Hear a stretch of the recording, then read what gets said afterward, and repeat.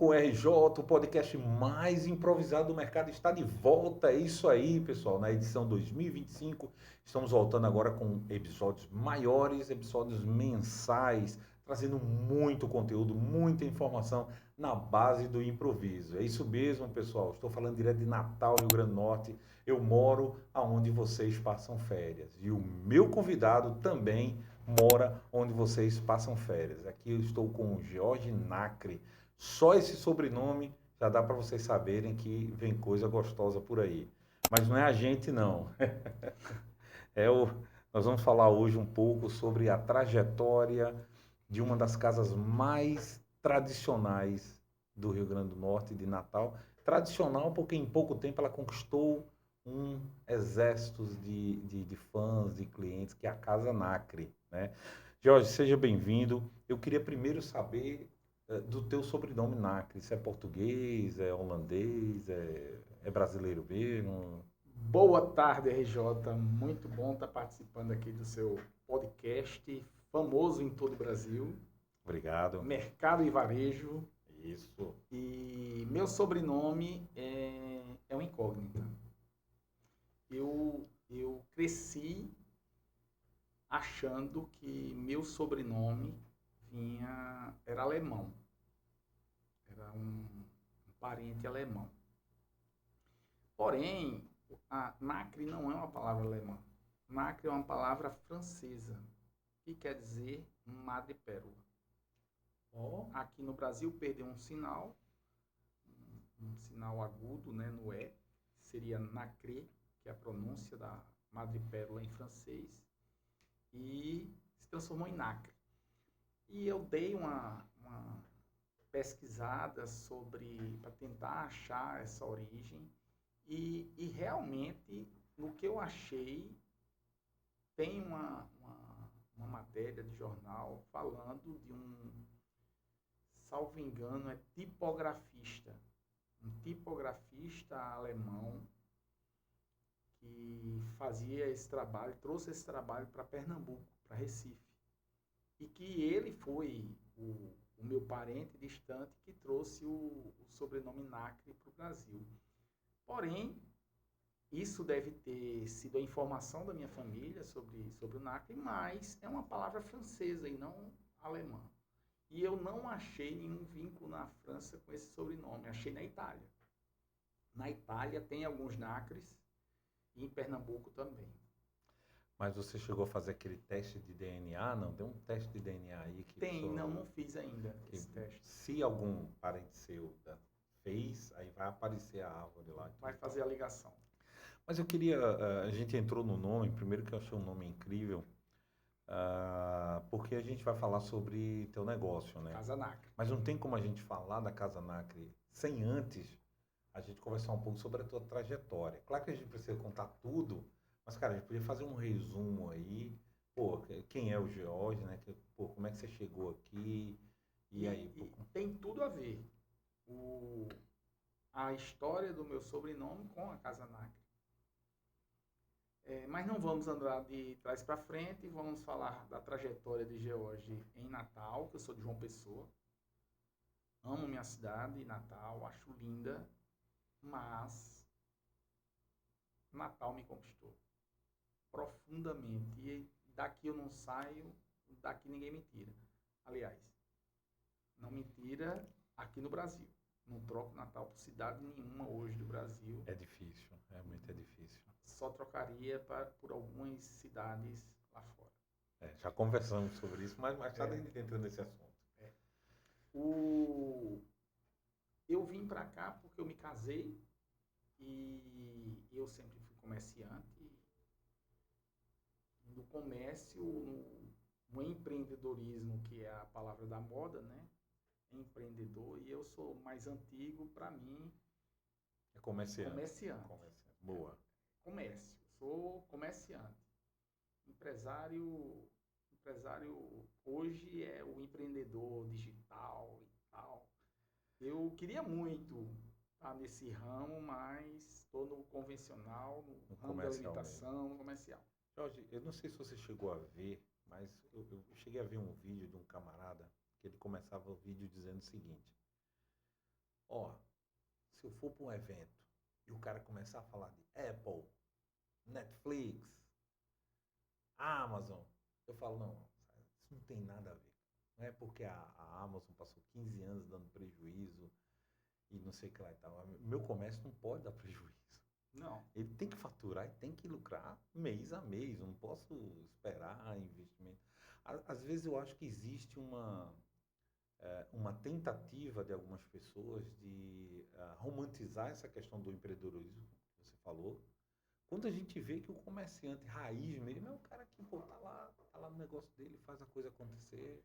É, essa coisa de prejuízo é muito interessante, uma estratégia que muitas vezes dá certo para quem recebe investimentos, né? Para quem vive na bolha da Califórnia, né? De Palo Alto. Aí vale, mas para quem tem empresa aqui no Brasil, só quem vive no prejuízo é lojas americanas. A gente aqui E não. recupera rápido, né? Pô, é fácil. Muitas empresas que.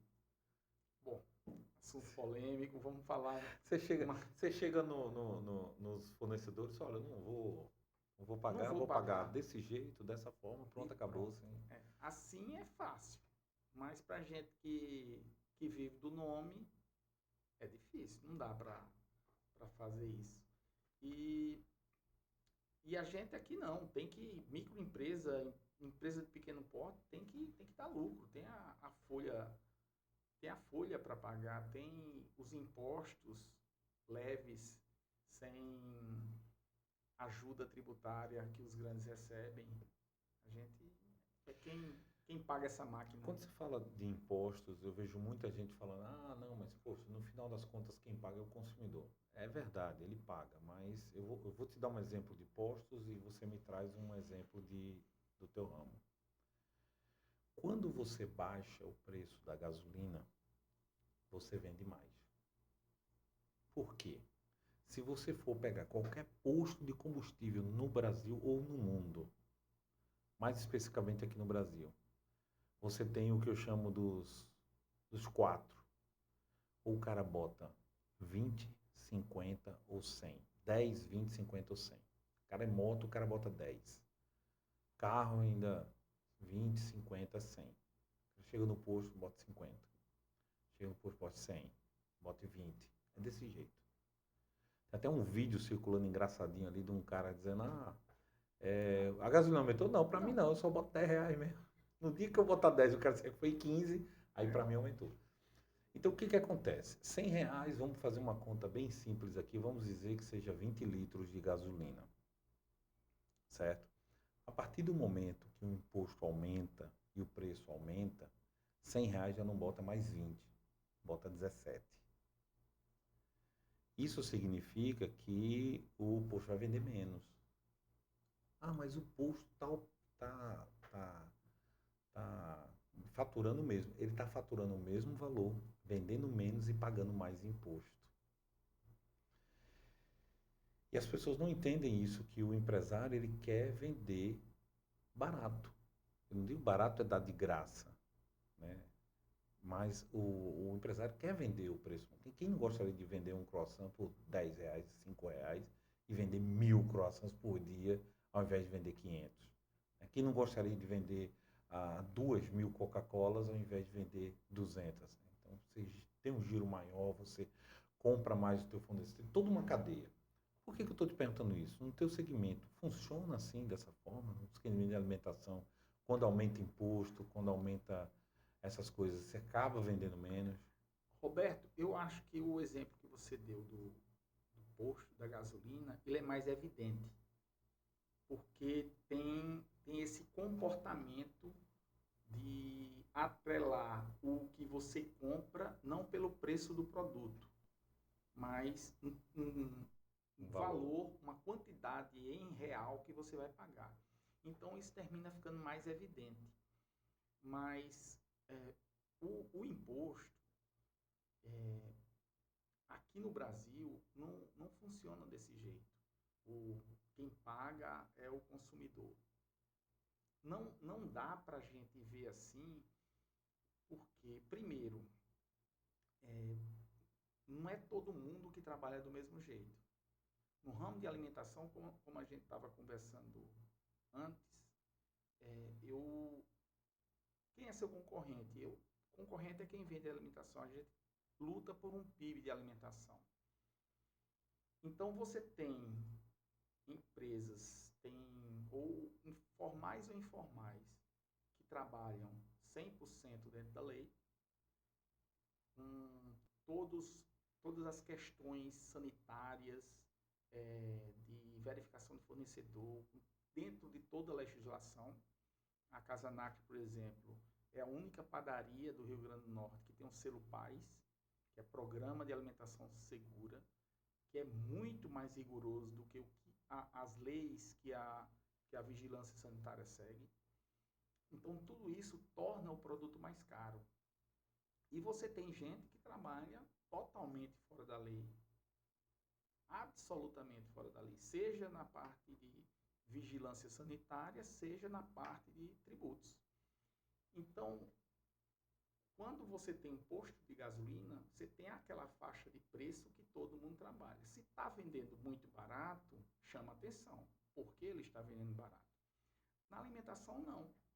Você está concorrendo com todo mundo e não tem um parâmetro fixo de preço. Então, você não é o consumidor que paga. A conta é diferente, porque você não tem o mesmo parâmetro para toda a concorrência. Então, termina fugindo isso aí. Você vai fazer parte da tua precificação, mas você não pode 100% fazer aquela precificação de acordo com os custos. Eu tenho isso tudo organizado. Tem muita gente que não tem. Então, você termina entrando os impostos mais ou menos como uma despesa. Não é isso, mas termina sendo mais ou menos como uma despesa. Pesa para as empresas, porque você tem uma concorrência que vai brigar por preço. Aí um baixa, outro baixa, outro baixa. Se você aumentar, tem outro que não aumenta e você termina sem vender seu produto. E algumas vezes eles não pagam o mesmo imposto que você. Exatamente, não paga a mesma alíquota. E um outro exemplo disso aí, vamos tirar impostos, que é mais complexo essa discussão com impostos. Mas vamos falar, por exemplo, de iFood. O iFood, ele cobra da empresa em torno de 27% sobre o valor vendido. Você vende, você faz um pedido de R$100, R$27 desses 100 vai ficar com o iFood. Então, daí você vai receber só 73. Algumas empresas vendem pelo preço do seu cardápio. Na minha cabeça não tem condição disso acontecer. Mas você tem a possibilidade de fazer essas alterações no cardápio do iFood ou eles obrigam que você... Não. Você faz o seu preço no iFood. O iFood não te obriga a nada. O iFood não é o vilão. O iFood dá o preço dele. Você entra se quiser. E quem vai precificar é você. Só que eu precifico, em vez de eu vender por 100 no iFood, eu vou vender por 100 dividido por 0,73. Para me dar o valor de venda e eu passar para o iFood. Então eu coloco um valor a mais. Aí meu concorrente não faz isso. E aí? Está roubando. Vende caro demais. Vou aqui, que é mais barato. Só que às vezes esse concorrente não faz isso de maldade. Eu diria que a maioria das vezes faz porque não tem controle, não faz conta.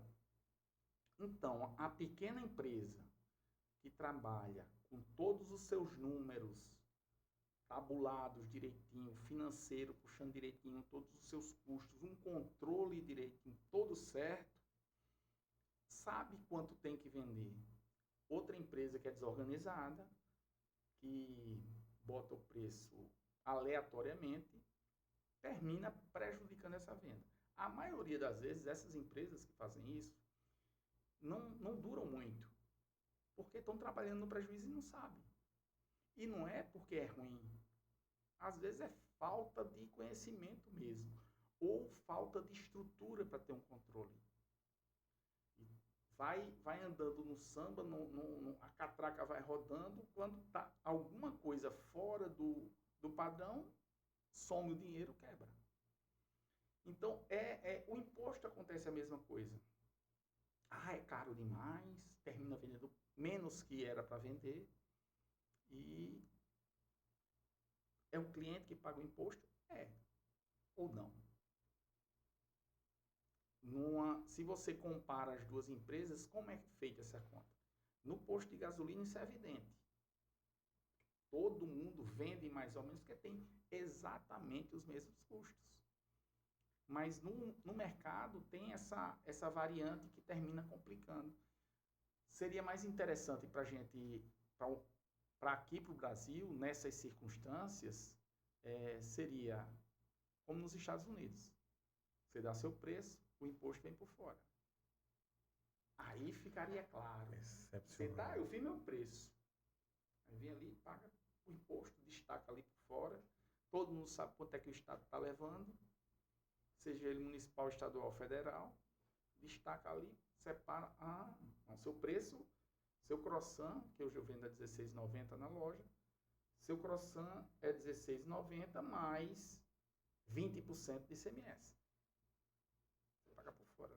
Agora é 22 ou ela aumentou de 18 para 20? Houve um aumento agora recentemente. Foi rebaixado e foi para 20, né? Pois é, isso que eu não entendi, né? Porque houve um rebaixo e tal.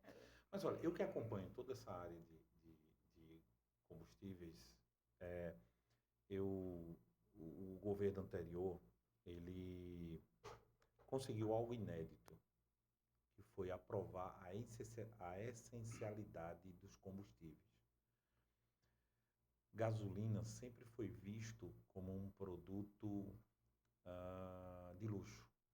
No Brasil ele era encarado como um produto de luxo. Ele era precificado nos impostos altíssimos. Para quê? Porque esse é um produto de luxo. Absurdo isso. O diesel, ele é um produto essencial, mas hoje ele não está classificado como essencial. E muitas vezes você viu que antes do governo anterior, o diesel era mais barato que a gasolina. Só que quando você pega uma torre para fazer a produção, ou seja, você pega o petróleo e começa a colocar calor nele, você coloca isso numa torre. Então, cada momento ali da torre é um grau diferente e ele vai saindo produtos de acordo com a temperatura. A primeira coisa que sai do petróleo é a gasolina. É o mais barato que tem. Hoje, a coisa mais barata que se tem do petróleo é a gasolina. Por que a gasolina é mais cara que o diesel? Porque o governo precisa de arrecadação. Porque o brasileiro já estava acostumado a pagar mais caro na gasolina. 4 anos foi muito pouco. Para o povo brasileiro se acostumar e dizer assim, não, peraí, eu não vou pagar mais caro na gasolina. Nos Estados Unidos se paga mais caro no diesel. Uhum. Na Europa também. Se paga mais caro no diesel. Porque o pessoal, lá você não consegue fazer isso. Aí mudou o governo, voltou tudo ao normal, ou seja, aumenta-se os impostos sobre a gasolina, diminui os impostos sobre... Não diminui não, né? Tenta ali segurar o preço na Petrobras e tal. É tanto que nos últimos 40 dias a gente teve 3 baixas de diesel e não teve nenhuma de gasolina, mesmo tendo queda no barril de petróleo. Por que eu estou falando essas coisas aqui para você? Porque o imposto aqui no Brasil ele é altamente danoso. E no governo anterior, quando se baixou os impostos, tornou-se o combustível essencial. Ou seja, ele não pode ser maior do que 17%. E ele ainda fez uma coisa melhor, que amenizou. Ele acabou com as diferenças de alíquotas entre estados, porque o imposto aqui na gasolina era 29%. Se você pegasse gasolina do Rio Grande do Norte e fosse vender na Paraíba, aí o estado aqui queria os 29% e o outro estado ali também queria uma parte dele. Então havia uma bitributação. Isso foi derrubado pelo STF há muito tempo atrás, durou 6 meses e eles criaram de uma outra forma os estados. Então, tudo isso é para arrecadar. E eu verifiquei, fiz análise durante todo esse período, quando caiu o preço da gasolina, aumentou-se a arrecadação. Porque a arrecadação não é no litro, né? Então, em vez de 29 num litro, o cara estava ganhando 17. Só que em vez de um litro, o cara botava 5. Andava mais. Ganhava mais, o Estado ganhava mais. Mas tem uma lógica nessa diminuição de imposto para aumentar consumo. Há uma lógica nisso aí. E essa é uma lógica que não é só no aumento de consumo que ela tem que ser pensada. Quando você diminui alíquotas, diminui o peso do Estado, a fome do Estado na arrecadação, no PIB, na riqueza que é gerada, você aumenta o consumo, as pessoas vão passar a consumir mais. Passando a consumir mais, tem que ter mais produção, mais produtividade, e isso gera emprego. Então, é uma cadeia, é um círculo que é feito baseado na redução de alíquota. Se você tem um produto mais barato, você vai consumir mais, é óbvio. Principalmente quando a gente fala de combustível e alimentação. Eu não conheço o ramo de postos de combustíveis, mas não tenho dúvida que se a gasolina tem uma redução de preço, a pessoa que pensa 2 vezes para fazer um passeio para tal canto, vai passar a fazer. Então, isso é consumo. O consumo gera mais renda, gera mais produção. A mesma coisa é com alimento. Se você tem um salário e o orçamento para seus alimentos, você, em vez de comer um croissant por mês, vai poder comer 2. Caiu o preço. Cai o preço, você vende mais, aí de repente você precisa contratar mais pessoas. Hoje você tem quantos funcionários hoje, né? 45. Cara, 45. Se você passar em qualquer área industrial de qualquer cidade do Brasil, pode ser aqui Macaíba, São Gonçalo, Extremóis ou qualquer outra cidade. Você passar lá, você vai ver nas empresas, nas indústrias, uma placa lá, investimento do BNDES, tantos milhões e gera tantos empregos. Aqui em Macaíba tinha uma empresa que era 30, não sei quantos milhões de 30 renúncia empregos. para 30 empregos. Se você for lá na fábrica, não dá 15, porque pega a galera específica, técnica, que tem que vir de fora e acaba essa confusão toda. Então, e você tem uma empresa, uma empresa média, pode dizer assim, pequena empresa. Acho que é pequena. A gente fatura 4 milhões 500, 4 milhões e 800 por ano, um pouco esse número agora, mais ou menos isso, acho que é pequena. E são 45 famílias, meu amigo. Ou seja, é algo que a gente não consegue abordar. Mas vamos deixar esse assunto aqui. Depois eu quero trazer um outro, eu quero voltar para o iFood. Certo. Eu já apaguei o aplicativo do iFood umas 30 vezes no meu celular. Negócio ruim, cara. Eu não sei se é o caso do McDonald's, que eu vou falar também. O McDonald's, a gente pode falar aqui do McDonald's. Eu até estou pensando em fazer uma pesquisa bem aprofundada, né? Por que o McDonald's ainda tem muitos clientes? Porque o atendimento é péssimo. Eles perderam o fast food. Perderam. A sigla de fast food não tem mais.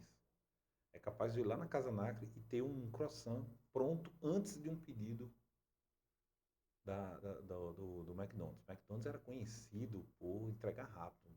Eu peguei aquela época que tinha um minuto, 2 minutos, sei lá, que eles tinham um reloginho. Isso. Faça o pedido. Se você não, se a gente não fica de cumprir, dá um negócio tal. Eles perderam essa referência. Então eles entregam, demoram a produzir. A qualidade é muito ruim, está muito baixa, né?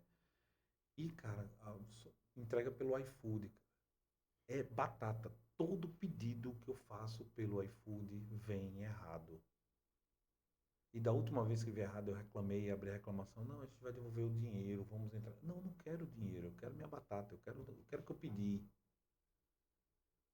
Cadê as coisas que eu pedi? Você não consegue falar com ninguém? Olha, o iFood, eles entregam, né? Eles usam a plataforma do iFood, é uma plataforma que é cômoda para uma empresa como a iFood, muito cômoda. Mas, tirando o McDonald's, que é gigante, o iFood que não me escute, viu? Não me escute, iFood. Eu gosto de você. O que você pode fazer? Passeie pelo shopping, pela praça de alimentação iFood.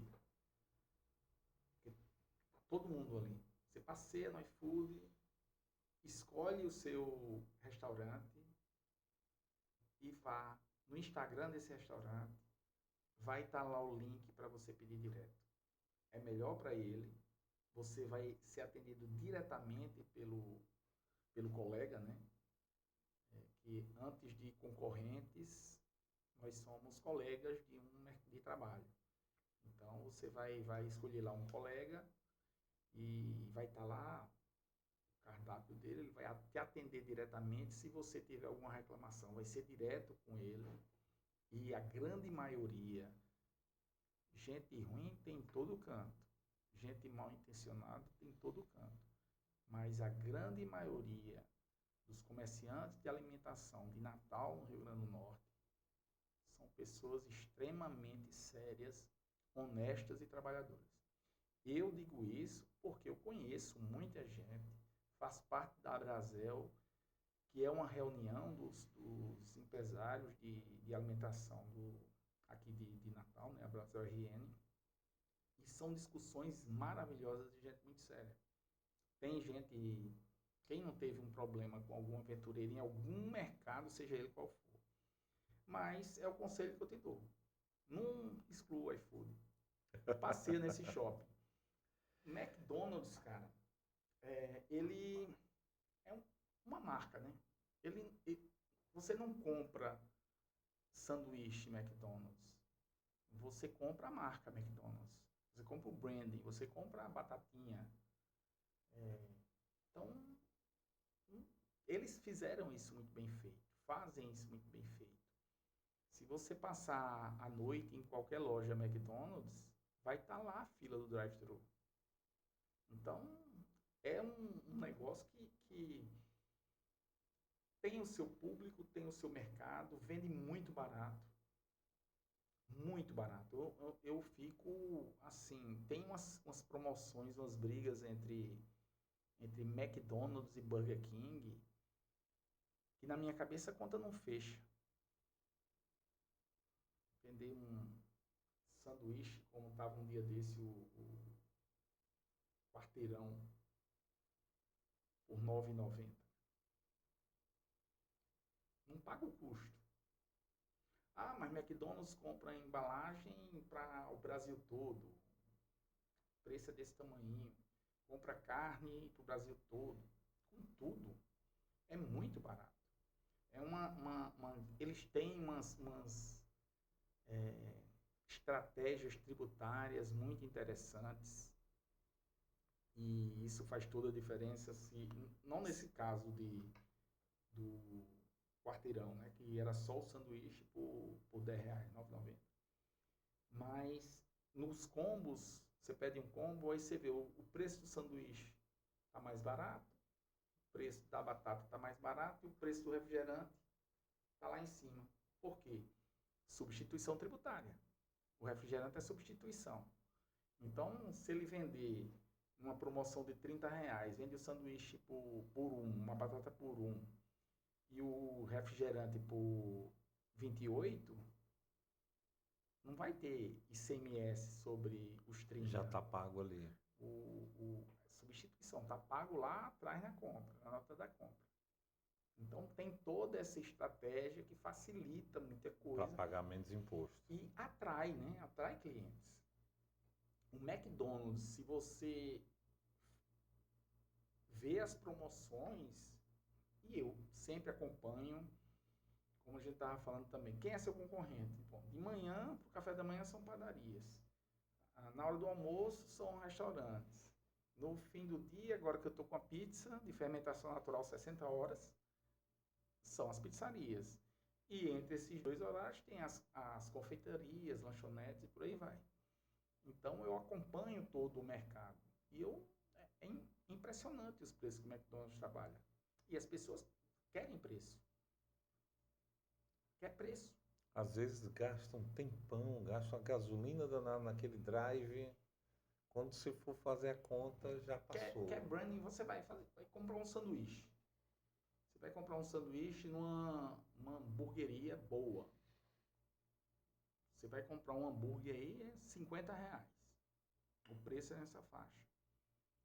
Entre 40 e 50 sanduíches, aqueles especiais, né? Se você pega um McDonald's, uma promoção do McDonald's, você compra a mesma gramatura de proteína, mais batata frita, mais refrigerante por 40.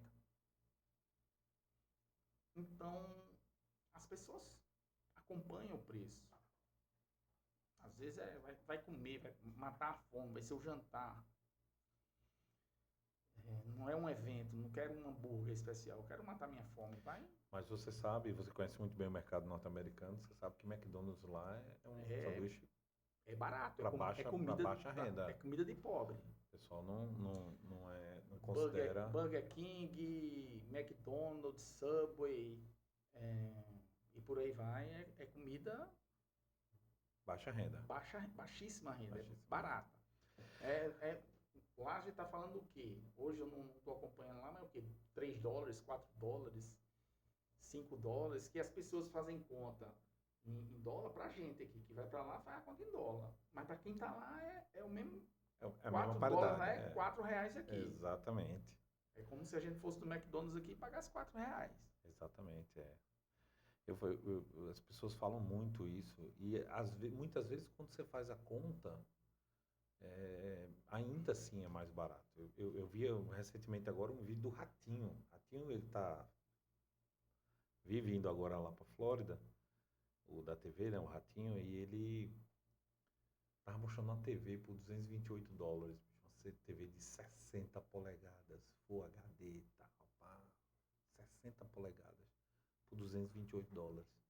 Aí o cara fala, mas $228 dá $1.000 e poucos reais. Não, 228 dinheiros. Lá quem ganha $2.000, aqui quem ganha R$2.000 é a mesma conta que se faz. Quem ganha R$2.000 aqui, for comprar uma televisão, vai ser $1.000 e poucos reais. Ou seja, 50 e poucos. Não, essa de 60 polegadas, ela tá para mais de $4.000 ainda. Pronto, então ele tem que trabalhar 2 meses e alguma coisa para comprar a TV.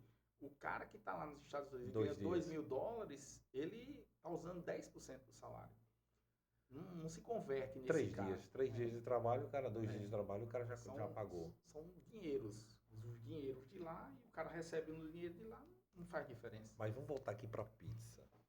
Você entrou agora numa seara... Deixa eu pegar um ganchinho aí, antes de começar o outro, que a gente estava falando dos Estados Unidos.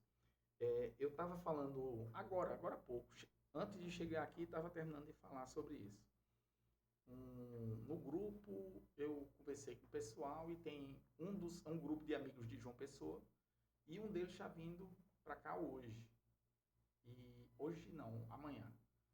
E eu fiz a propaganda. Já que você vem, já leva a cesta da sua esposa para João Pessoa, cesta das mães.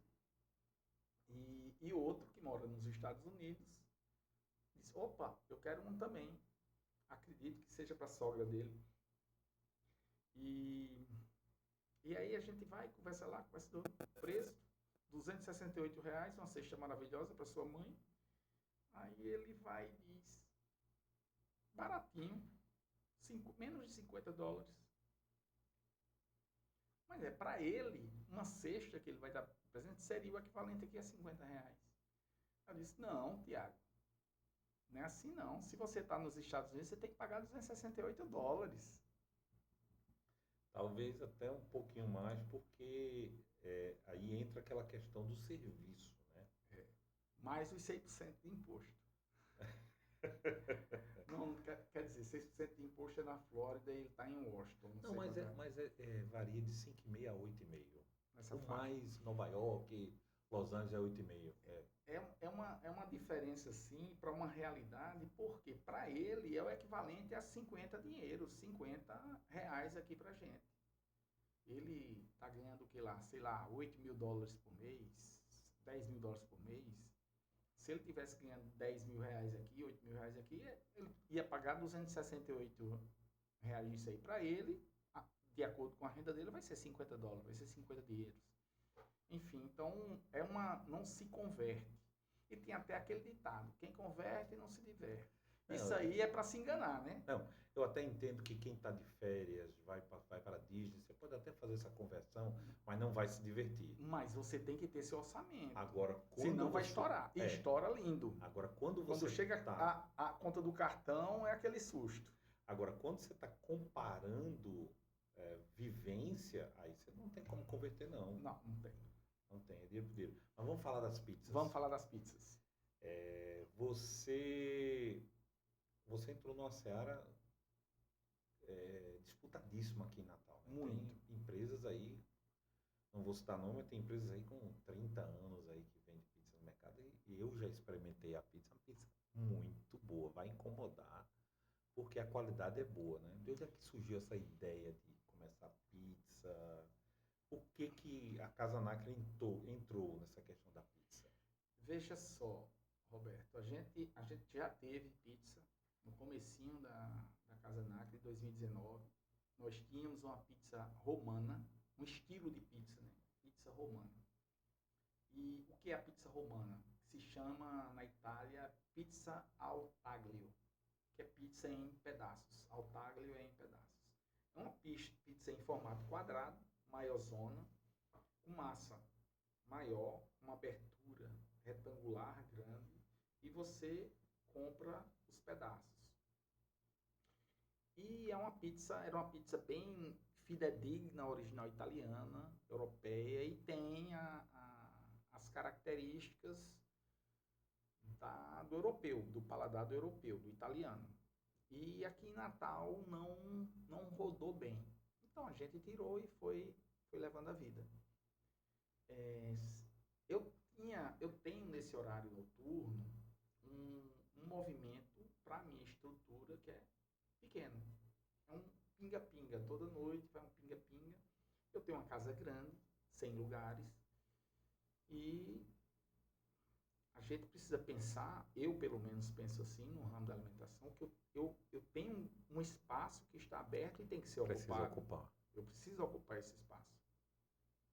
Então, o produto que eu decidi trabalhar mais forte para esse horário, que eu não tenho o faturamento que eu deveria ter, foi um produto que é universal. A pizza é um alimento universal, principalmente aqui em Natal. Aqui em Natal tem 3 ramos dentro da alimentação, tipos de alimento, tipos, que tem uma penetração gigante. Pizza, hambúrguer e comida japonesa. É absurdo, é a comida do final de semana. Pizza, hambúrguer ou comida japonesa, principalmente no domingo. Eu sou padaria. Eu faço pão de fermentação natural. E pizza é um pão. A massa da pizza é igual a qualquer pão. A abertura é diferente. A pizza está na família dos pães chatos. A diferença é que ela tem os seus toppings, né, ali em cima, um monte de coisa que coloca aqui em cima e que fica um espetáculo, uma refeição maravilhosa. Você... Sou fã. Comedor... Se minha mulher deixasse, era de manhã, de tarde, de noite. Então, eu decidi entrar de novo com pizza, mas dessa vez com pizza napolitana. Que é a pizza redonda, com borda alta. Modinha tá na hype, né? Como se diz no Instagram. Pizza napolitana. Belíssima, um espetáculo de pizza. Eu fiz alguns testes. Espetacular massa, modéstia à parte. 60 horas de fermentação. Por que a gente não se conheceu quando você estava nos testes, em que eu ia lá testar direto? Muito teste. Inclusive, essa pizza eu desenvolvi para o curso que eu formatei e tive algumas turmas. Infelizmente, tive que parar por tempo e espaço na produção, que eu dava esse curso na produção quando terminava, e hoje a gente está estendendo os horários, a demanda vai aumentando. E essa pizza nasceu no curso.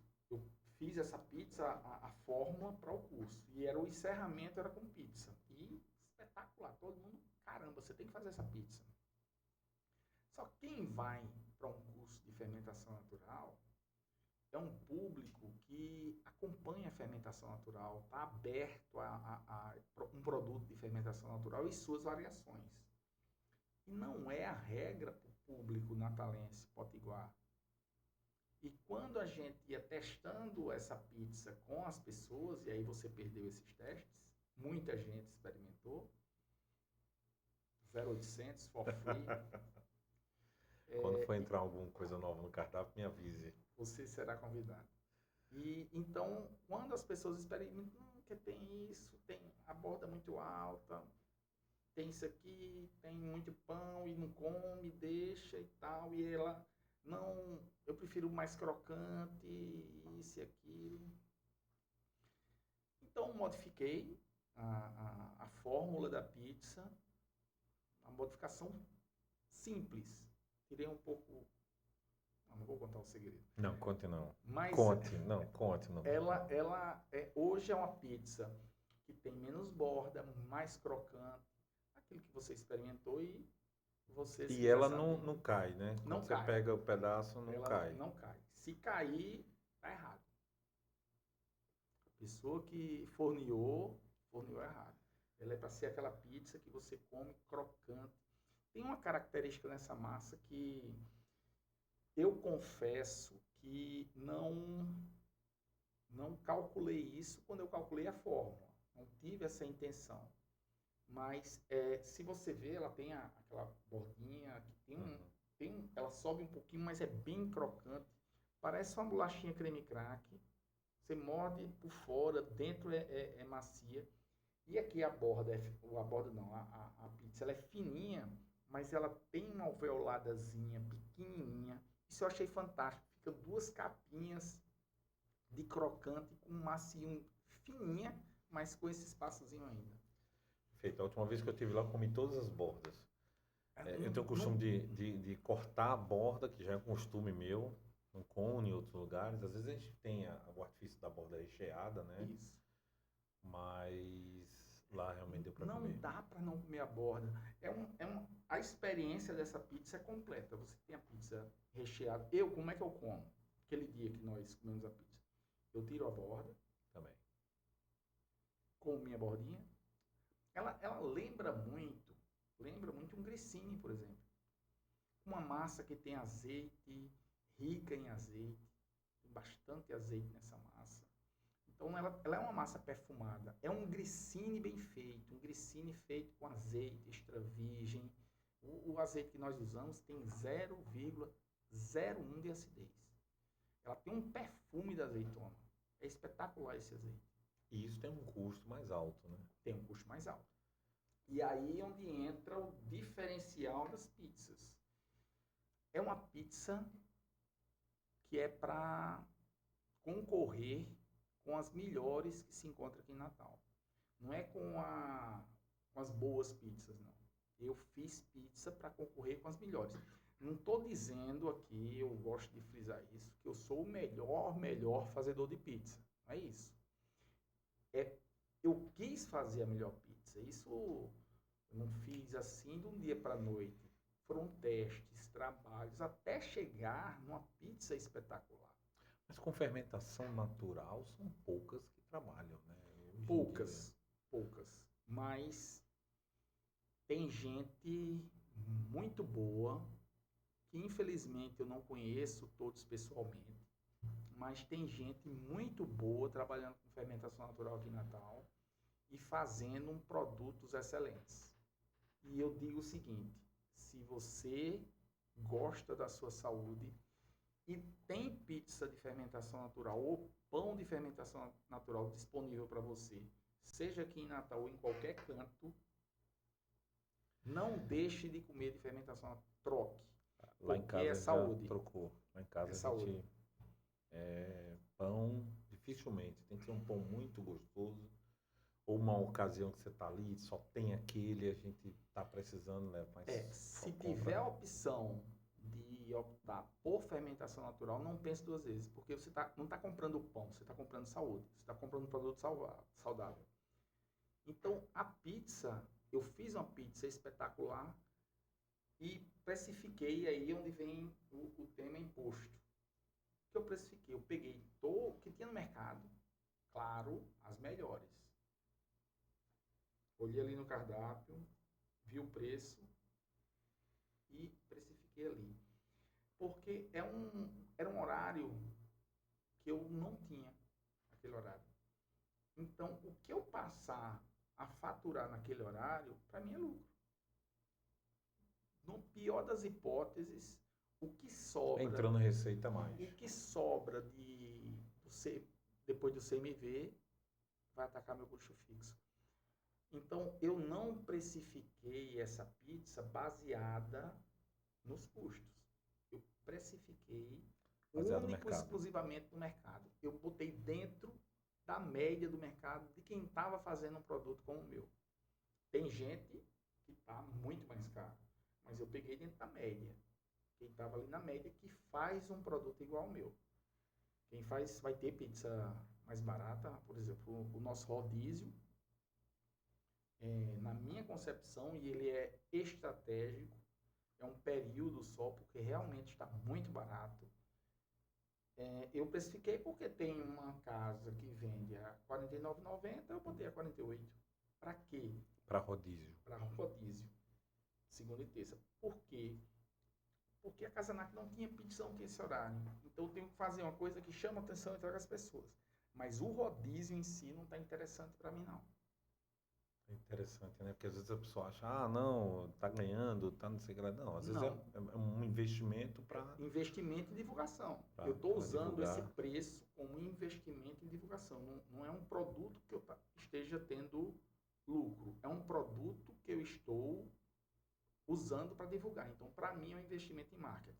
Mas uma coisa que eu percebi, e eu posso falar porque eu fui, tem empresas, não vou citar nomes, que a pizza no salão é uma, a pizza do delivery é outra, a pizza do rodízio é outra. Eu já peguei pedaço de pizza que quase a metade era borda. É um negócio... Na Casanac, não. Eu fui no dia de rodízio e fui no dia... Não vi diferença. Não tem. É a mesma. A tua ideia é continuar com o rodízio e precificar num valor mais alto ou parar o rodízio e ficar só na à la carte? Roberto, a ideia inicial era ter o rodízio por um período. Só que está agradando tanto, tá tão legal essa segunda e terça, casas super lotadas, pessoas frustrando até algumas pessoas por não ter mais vaga, que eu vou fazer umas modificações quanto a isso aí, e eu tô gostando, mais do que a casa cheia, da empolgação das pessoas com esse rodízio na Casanac. Então, eu estou bem inclinado a manter isso aí, deixar nesses dias e até ampliar para uma quarta-feira também. Mas precificando, alterando a questão da precificação. Dando uma alterada na precificação para ir, não vai ser nada absurdo não, mas a gente tem que ajustar os custos. Eu não posso, eu tô encarando como um investimento. Eu não posso fazer esse investimento ad eterno. Então tem que fazer um período. Tem que aproveitar, então, enquanto ainda está R$ 48. R$ 48. Temos que aproveitar. É um período que depois eu devo. Acredito que a gente deva deixar aí na faixa dos entre 58 e 62, que ainda é muito baixo para a qualidade da pizza. Se você for considerar o que você compra, hoje em dia você faz um pedido de delivery, 2 pizzas é 150, 170. Você não encontra, não tem como encontrar, eu nunca vi em canto nenhum, estou falando só de Natal, um rodízio de pizza de fermentação natural por menos de R$ 80. Eu friso, a ideia é encher um horário que eu não tinha. Então, eu vou continuar trabalhando nesse horário com uma precificação Diferenciado. diferente. Porém, o rodízio eu estou usando como investimento em divulgação. E, então, a gente tem que subir. O ponto importante, Roberto, é que se tem um nome fermentação natural e se faz fermentação natural de verdade, o custo é maior, mesmo usando os mesmos ingredientes. Padaria ou pizzaria X trabalha com farinha, a mesma farinha que eu, usa farinha importada, usa manteiga da melhor qualidade, usa o azeite da melhor qualidade, usa os insumos da melhor qualidade. Ele tem um custo de insumos X. Eu tenho esse mesmo custo de insumos X. Porém, o custo de produção dele é bem menor do que o meu. Porque você tem um período, você tem que tratar essa... Eu tenho que controlar essa fermentação. Eu tenho que segurar, deixar ela lenta, porque ela vai fermentar 60 horas, 24 horas, 48 horas, seja lá o que for. Quem trabalha com fermentação natural só é fermentação natural com os benefícios que a fermentação natural dá se ela tiver fermentação longa. Mas longa seria quanto? Mais ou menos? No A partir mínimo 24 horas. No mínimo 24 No mínimo horas. 24 horas. Então não vale aquele negócio que começou a fermentar de manhã para a noite. Não existe. Você consegue fazer a fermentação rápida, mas Não tem os benefícios. não tem os benefícios da fermentação longa. Você precisa de duas coisas para um pão saudável. A presença das bactérias que existem na fermentação natural, na massa madre, e tempo para as bactérias trabalharem. Não adianta botar muita gente para fazer um trabalho curto. Você precisa dar tempo para quebrar o carboidrato e principalmente a proteína. Jorge, vamos entrar agora nessa questão das promoções. A gente conversou aqui um pouco e tal sobre fidelização, programas. Você não quer falar ainda sobre as ideias, é bom porque senão o pessoal copia e faz rápido, e faz mal feito. Isso. Mas eu queria falar sobre Dia das Mães, sobre eventos, sobre datas. Quais são as datas mais importantes para você? Eu vi que está uma campanha forte no Instagram sobre o Dia das Mães. Para mim, para a padaria, né, para o ramo de alimentação como um todo, uma das datas mais importantes é o Dia das Mães. Eu mesmo não saio para comer no Dia das Mães. Não consegue. Na hora do almoço eu não vou. A única coisa que eu faço, que eu aconselho as pessoas a fazerem no Dia das Mães, é tomar café da manhã na Casa Nacre. Mas é tudo lotado. Todo mundo quer estar com sua mãe. Eu não saio por um motivo bem simples. Eu sou de Natal, minha mãe está em João Pessoa.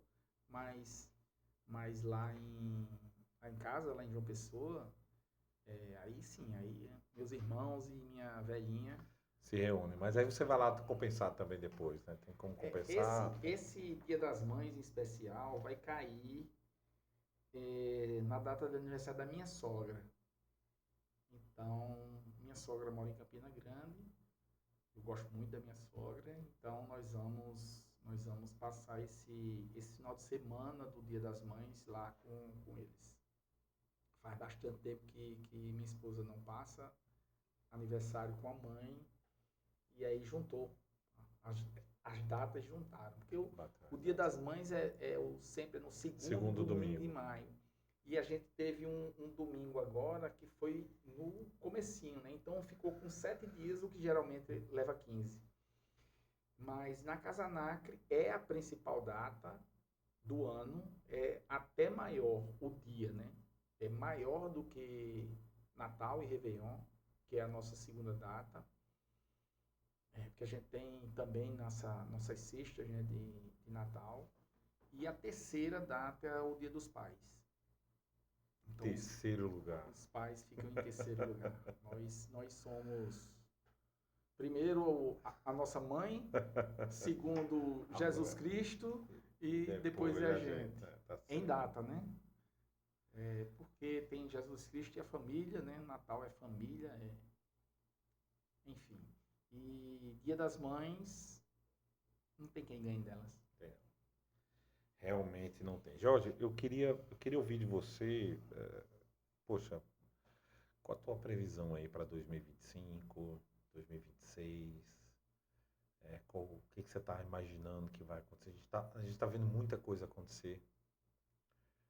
Essa semana, a Índia fez uma incursão lá na Casemira, na Casemira, e atacou o lado do Paquistão, Uma região que que é tríplice ali, China, é Índia disputada e Paquistão. desde que a Inglaterra saiu dali, que tem esse E o que conflito. acontece é que logo quando estourou a guerra da Ucrânia, o pessoal falando e tal, falou, olha, vocês não sabem o que vai ser impacto se essa guerra acontecer. Então, esse clima já está tenso há muito tempo. Se você for analisar os números ali, já tem não sei quantos soldados mortos na fronteira. Ah, um incidente, um helicóptero caiu, sempre uma... Mas é algo que agora, recentemente, houve uma incursão militar realmente da Índia. E isso, se a China se meter, pode se transformar num... Eu estou trazendo esse 3 ponto. países com bomba atômica. 3 países. Você sabe que essa guerra da Ucrânia, se a Ucrânia tivesse bomba atômica, não estaria dessa forma, né? Mas, assim, claro que isso é uma geopolítica macro, né? Eu queria ouvir mais de você. Qual é a tua previsão aí? O que você está vendo 2025, 2026? A gente está com uma série de problemas de gestão. O governo não está conseguindo manter as contas. O que o empresário, então, tem que fazer ou está fazendo? Ou o que você pensa em fazer? Roberto, seguinte, eu gosto muito de acompanhar, adoro geopolítica, é um assunto que me interessa demais, mas é um assunto para mim que tanto eu como meus irmãos, e a gente conversa muito sobre isso. Um motivo de conversa eterna, geopolítica, situação do mundo, situação política, todos adoramos política, mas eu evito muito, quase 100%, quase absolutamente, de trazer para o mundo dos negócios. Por quê? Se eu tenho mais de 50 anos, tenho 51 anos com um corpinho de 50. Então, a gente já viu muita coisa, já passou por muita coisa.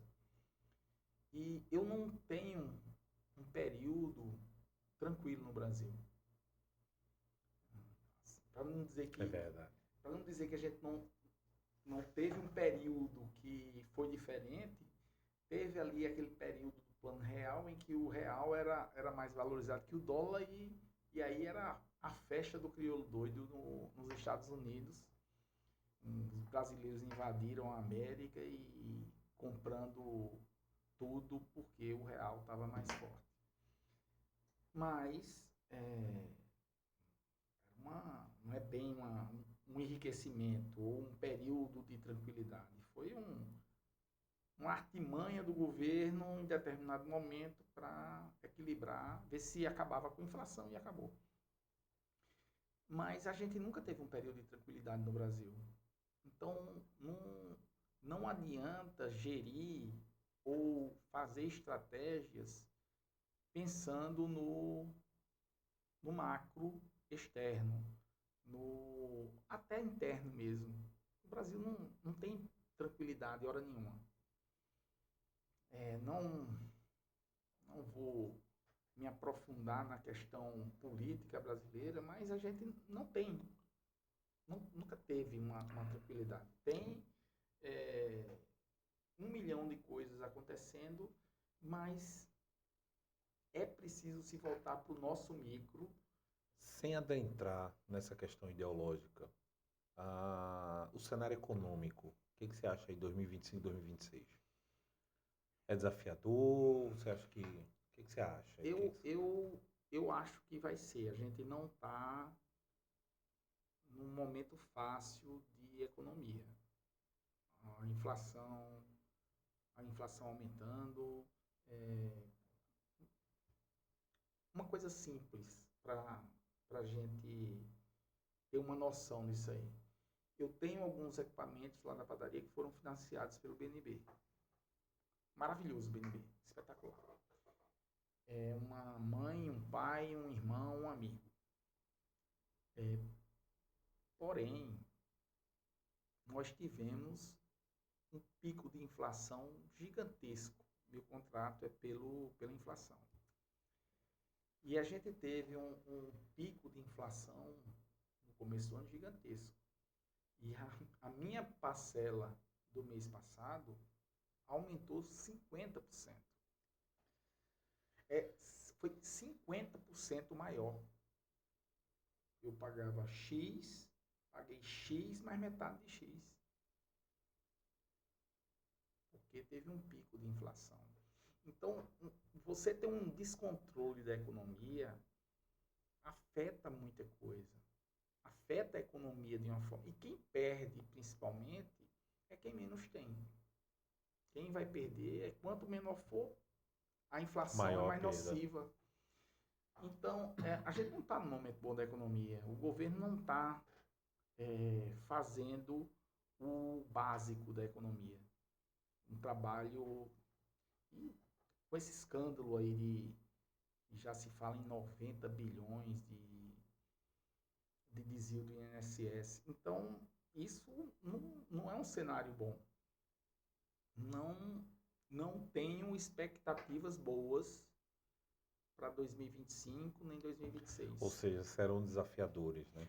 O que eu penso se está ruim, eu tenho que me superar. Eu sempre procuro pensar pro meu foco. Não deixo o externo contaminar estrategicamente. E se está ruim, eu tenho que me superar. Eu tenho uma coisa que eu me preocupo demais, Roberto. São 45 pessoas. São 45 famílias. São pessoas que a gente convive todo dia. Eu todo dia estou na padaria. E você conhece a história, você conhece as pessoas, você vê a dedicação. E o que me preocupa sempre é ter a folha para esse pessoal ter sua vida. Isso é o que me preocupa. Então, o meu foco sempre é esse. Se está ruim, eu preciso perder noite de sono, perder a tranquilidade para resolver. Se eu deixar o externo me contaminar, aí eu vou me preocupar com o externo e aí que não anda mesmo. Eu foco no meu micro. Mas você tocou num ponto que eu já empresariei, eu já fui dono, já tive pessoas. E meu amigo, quando chega no dia 20, ninguém consegue mais dormir. Enquanto o dinheiro da folha não tiver na conta. E é algo assim avassalador. Eu tive essa experiência. Eu recomendo a todo mundo que acha que os patrões são malvados, aquela coisa toda. Eu recomendo a empreender. Diz, olha, empreende ali, contrata 3 pessoas. E no dia 20 do mês, quando você olhar para a tua conta e você dizer, eu não estou com a folha lá, 21, 22, 23. Aí você, quando era funcionário, você vai dizer, pô, feriado, coisa boa. Você, patrão, você fala, meu Deus, feriado. Claro, dependendo do feriado. E você fala, meu Deus, para que esse feriado aí? Um dia sem faturamento. Ou seja, um dia a mais. No caso, para mim, é bom, viu, feriado? No seu caso é bom, feriado. É bom. Desde que não seja feriadão. Porque o pessoal viaja. O pessoal sai da cidade, caramba. Lembre-se de quem te alimenta sempre. Não viaje, fica por aqui. Natal e Natal, Carnaval e Natal, isso. São Semana João e Santa Natal, e Natal. Cara, muito bom isso. Jorge, para finalizar, cara, primeiro te agradecer por você ter vindo aqui no Sextou com o RJ, o podcast mais improvisado do mercado. É isso aí, não E tem para hoje onde foi correr. 100% improviso. Não, sempre assim, não Mas tem é bom como. quando tem o dono do podcast, sabe conversar, e a gente conversa fora e é conversa que não acaba mais, não falta assunto não. Jorge, teve um convidado que ele disse, não, só vou se você fizer um brief. Eu fiz o brief para ele, mandei. Quando ele veio aqui, eu fiz só a primeira pergunta, as outras eu não fiz mais nenhuma. Aí ele ficou meio assim, tá, mas a conversa foi desenrolando. No final, ele disse, pô, bicho, tu me pegasse, eu disse, peguei. Aqui não tem roteiro, cara. Eu não posso enganar o público, não posso dizer ao público que tem roteiro. Aqui é sem roteiro. Agora você fala o que você quiser. Você aqui você fala o que você achar melhor. Se não quiser falar, não quero falar sobre esse assunto. Mas eu queria encerrar, cara, com a tua mensagem aí. Fala aí o que você quer, o que você quer falar, alguma coisa que você gostaria que eu tivesse perguntado, que não perguntei. O tempo é todo teu. Olha, a Casa Nacre, ela é padaria, né? Padaria, alimentação, é um negócio voltado para a qualidade, para o produto bem feito e para a saudabilidade. E isso hoje em dia tem a cobrança do Instagram, né? Você tem que aparecer no Instagram, você tem que isso, tem aquilo. E eu digo sempre, o que botar para eu fazer, eu vou fazer. Mas não é minha praia. Então, o que tiver de falar, eu falo.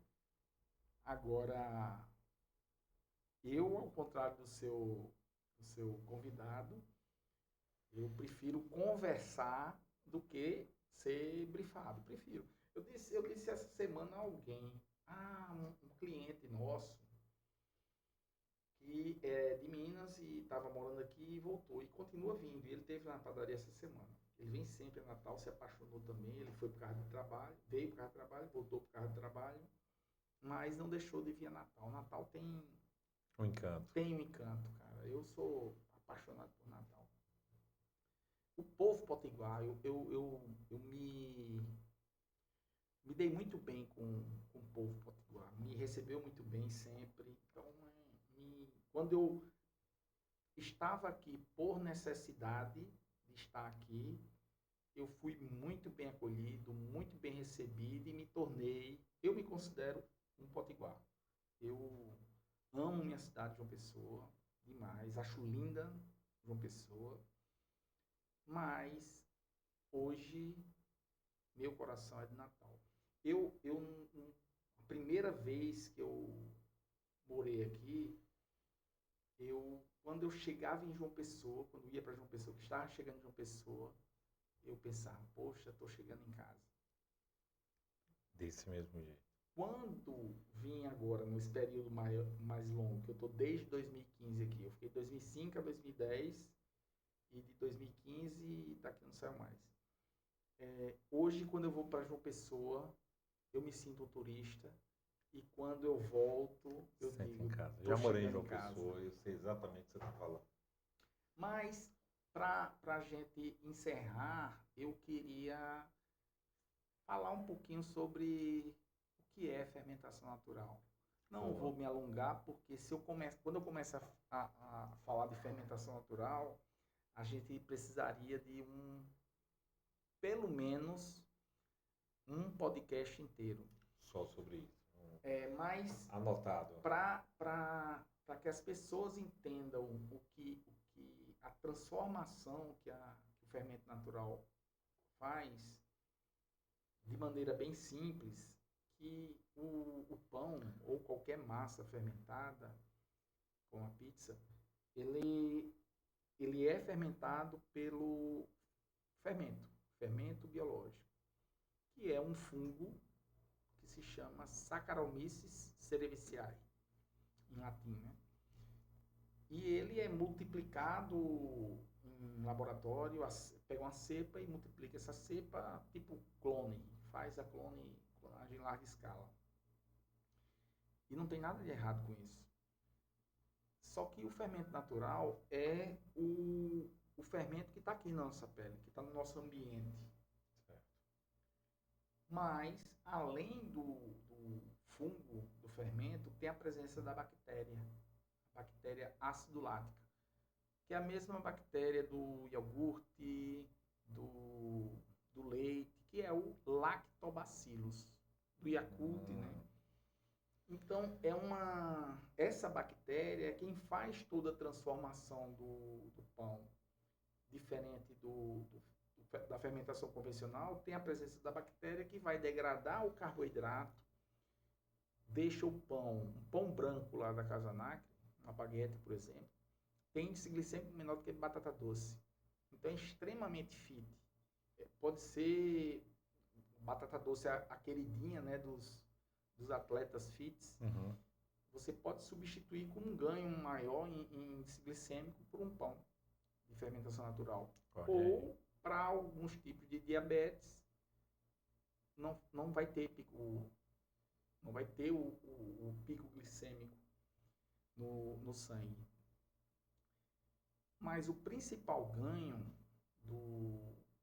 da fermentação natural é em relação ao glúten. O glúten é um veneno, porém, quando passa pelo processo de fermentação natural, a bactéria pega a proteína do glúten, que é uma proteína longa, que não é absorvida pelo nosso organismo, e ela quebra em aminoácidos que são absorvidos. Então, você tem um alimento com baixo índice glicêmico, rico em proteína, que vai te dar saciedade por muito tempo. Basicamente, é isso a fermentação natural. Sensacional. Que aula. Que aula agora. Jorge, muito obrigado. Sextou com RJ, o podcast mais improvisado do mercado, vai ficando por aqui. É isso mesmo. Aguardem o próximo episódio e até lá. Obrigado, pessoal.